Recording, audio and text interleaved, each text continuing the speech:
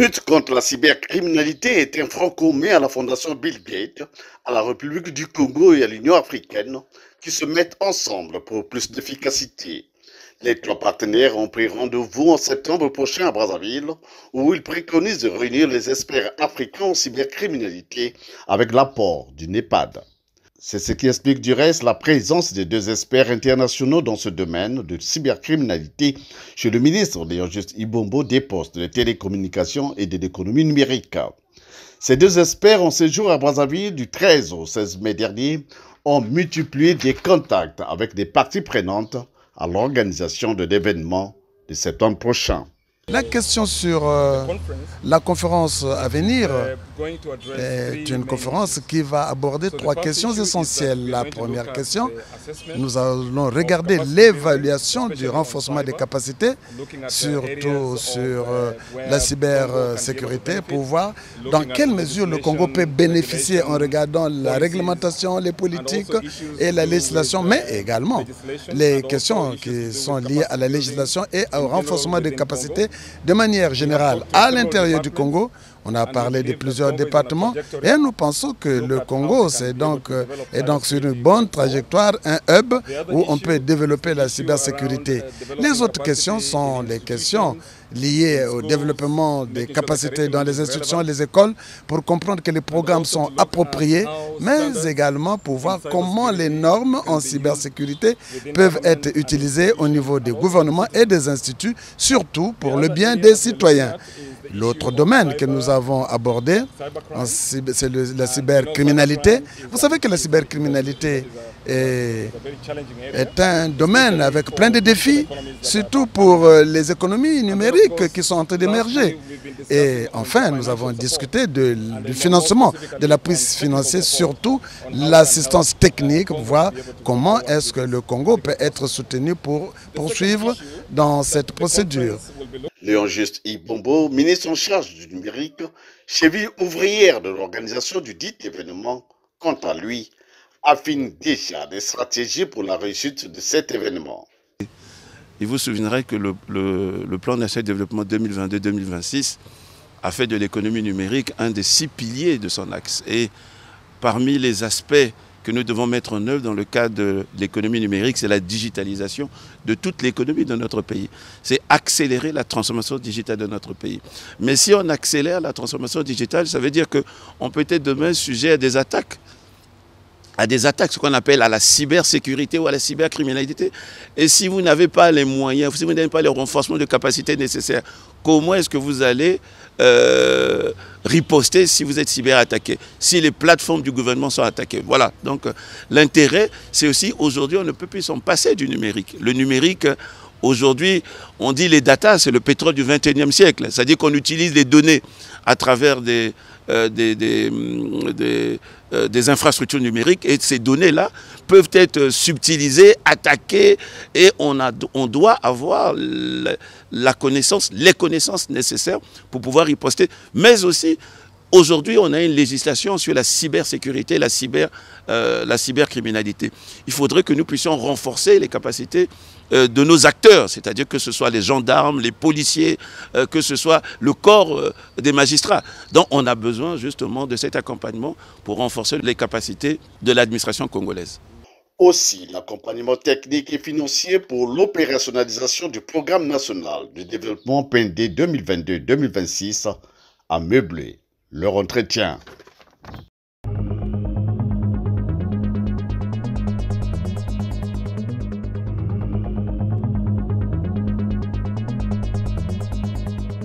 Les technologies numériques au service des personnes âgées et d'un vieillissement en bonne santé, c'est sous ce thème que l'Union internationale des télécommunications a célébré le mardi 17 mai dernier la Journée mondiale des télécommunications.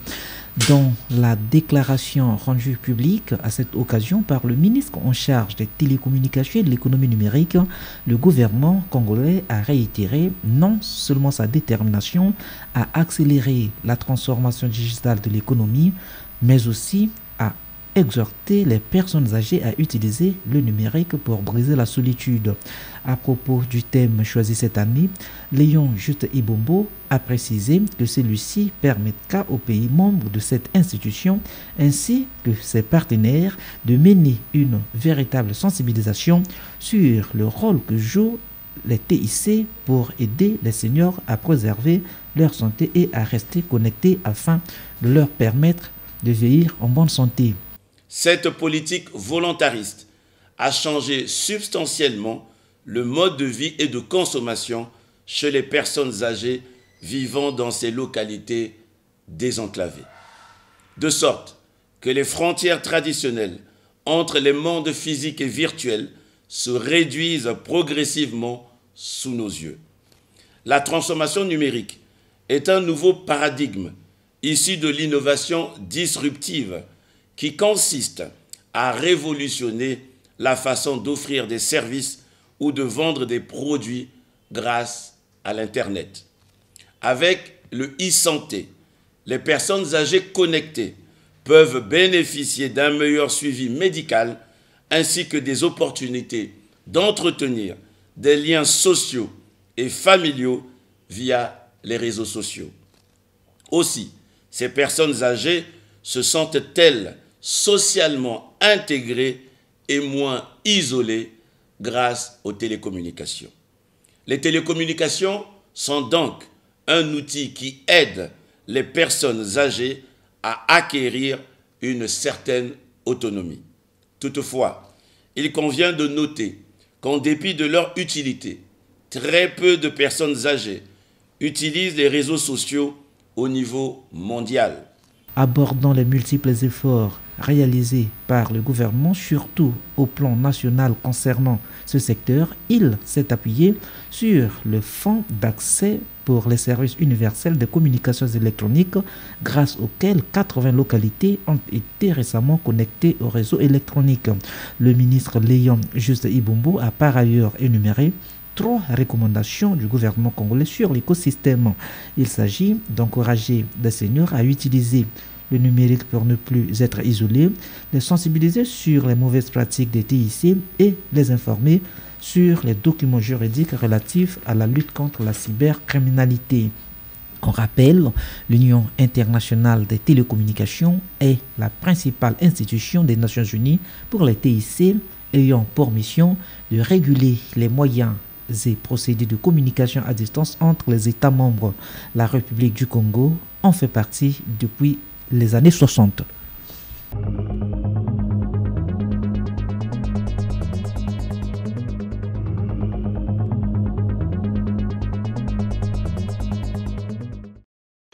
L'Union européenne octroie un important apport financier au gouvernement congolais. Un geste qui va permettre au Congo de mener à bien son processus d'accélération et de transformation digitale en cours. Le 19 mai 2022, la délégation de l'UE, conduite par Diamoko Dourazo, ambassadeur, chef de la délégation de l'Union européenne au Congo, a eu à échanger avec le ministre des Postes, des Télécommunications et de l'économie numérique sur ce sujet, surtout sur les non-projets que cette institution envisage entreprendre au Congo.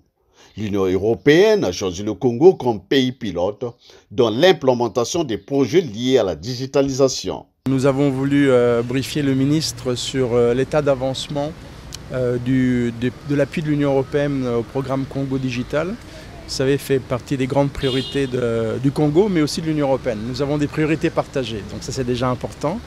Et donc ce matin, nous avons pu signer une convention de financement de 15 millions avec le ministre des Finances concernant la partie don de l'Union européenne. Il y a une partie prêt avec la BEI de 25 millions d'euros qui est en cours de préparation et qui sera terminée d'ici la fin de cette année, nous espérons. Donc voilà, nous avons fait le point de l'état d'avancement de la préparation du projet et aussi de la satisfaction de voir comment les choses avancent ici au Congo dans le cadre de la digitalisation. Comme disait le ministre, c'est une des grandes priorités du gouvernement qui a fait d'ailleurs l'objet de beaucoup de discussions lors du séminaire gouvernemental qui s'est tenu ces derniers jours. Comment la digitalisation peut être un facteur de modernisation de l'économie du fonctionnement de l'administration publique, du rapprochement des citoyens à l'administration, de l'emploi. Donc il y a toute une série de sujets que la digitalisation et l'informatisation peuvent amener. Et voilà, donc nous sommes particulièrement satisfaits de l'état d'avancement des réformes au Congo et nous sentons que nous sommes en train d'accompagner le Congo dans ces changements. Une bonne nouvelle qui fait réjouir le ministre congolais en charge du numérique. Nous sommes très heureux et surtout qu'il s'agit d'un don de 15 millions d'euros, ce qui n'est pas rien, 10 milliards de francs CFA en dons et nous sommes très...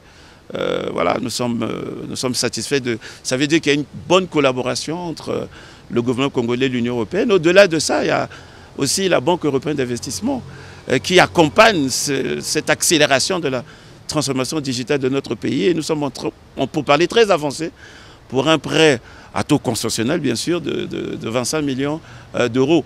Tout ça, c'est pour matérialiser la forte ambition du gouvernement du président de la République qui est contenu dans le PND 2022-2026. Ouais. La digitalisation ou la numérisation, voilà un atout qui fera rentrer le Congo dans le concert des nations, des sociétés dites réellement de l'information et de la communication.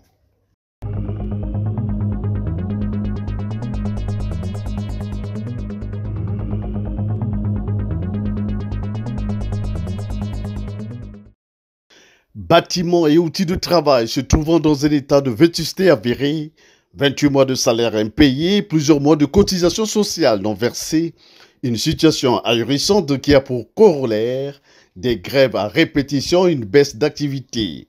Le tableau peint par le président du comité de direction de la SOPECO est peu reluisant et illustre grand. Bref, les 241 travailleurs que compte la SOPECO évoluent dans un environnement de travail précaire et sans protection juridique. Ils vivent une situation ahurissante, voire cauchemardesque. Face à cette situation de crise, ma foi pathétique, les membres du comité de direction de cette entreprise se sont retrouvés le 17 mai 2022 pour vouloir tenter de sauver l'entreprise. La première délibération portant sur la dotation d'une existence juridique à la SOPECO. Deuxième délibération portant engagement de l'État propriétaire de la SOPECO à prendre ses responsabilités dans la résolution de la situation de crise actuelle. Troisième délibération portant prise en charge de la dette de la SOPECO par l'État. La rareté des ressources empêche l'entreprise à s'investir dans la durée. Cependant, des niches et des potentialités existent. Le contenu, évidemment, apporté à des questions qui tiennent au climat de travail à la SOPECO, mais aussi à l'adoption de la stratégie pour repartir de bon pied et d'autres questions importantes portant sur le rôle de l'État dans le relèvement de la SOPECO. Toutes ces questions ont été abordées et des délibérations ont été prises et des recommandations également qui devaient être transmises à qui de droit, notamment à la tutelle, pour que tout cela aille vers le gouvernement de la République, pour que des réponses idoines soient trouvées pour la survie de la SOPECO. Bien sûr, l'espoir renaît pour nous en tant qu'administrateurs, mais surtout pour moi en tant que directrice générale de la SOPECO, parce que nous avons parlé d'une même voix avec les administrateurs. Nous sommes bien entendus qu'il faut redonner cette chance à la SOPECO. Pourquoi lui redonner des chances? Certains, justement j'y viens, certains pensent que la SOPECO est finie. Les facteurs que vous voyez venir vous délivrer le courrier n'existent peut-être plus, mais le potentiel est énorme. Aujourd'hui, la SOPECO, c'est le numérique. Toutes les postes du monde ont engagé leur diversification, leur transformation à base du numérique.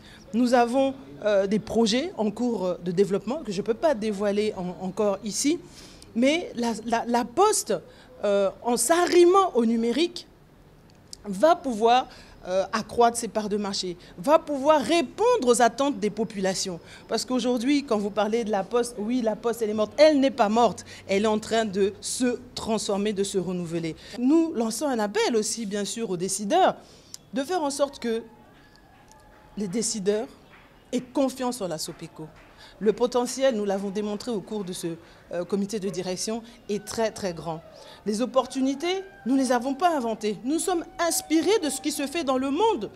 Parmi les postes sœurs, nous avons eu il n'y a pas très longtemps le salon Osiane, où il y a eu, en marge de ce salon, une conférence postale qui a réuni toutes les postes de la sous-région, le Cameroun, le Tchad, même pas seulement de la sous-région, le Kenya était aussi présent, le Gabon était là. C'était des opérateurs postaux, mais aussi des régulateurs qui ont planché sur cette question. Quel est le devenir de la Poste? La Poste a toute sa place dans l'économie de notre pays. C'est simplement lui redonner ce nouveau souffle, cette énergie, ce capital qui doit être accordé à la SOPECO pour lui permettre de fonctionner, d'avoir des investisseurs, d'avoir des partenaires qui vont l'accompagner dans son déploiement. Parce que ces partenaires l'ont compris, il n'y a pas de raison que nous, facteurs, nous ne le comprenions pas. Née de la dissolution de l'ONPT, la SOPECO est l'une des entreprises de l'État qui dépendent fortement du portefeuille public. Malheureusement, depuis un certain temps, cette subvention est devenue presque inexistante. Si l'on y prend garde, l'opérateur postal historique du Congo, dos au mur aujourd'hui, pourrait simplement disparaître.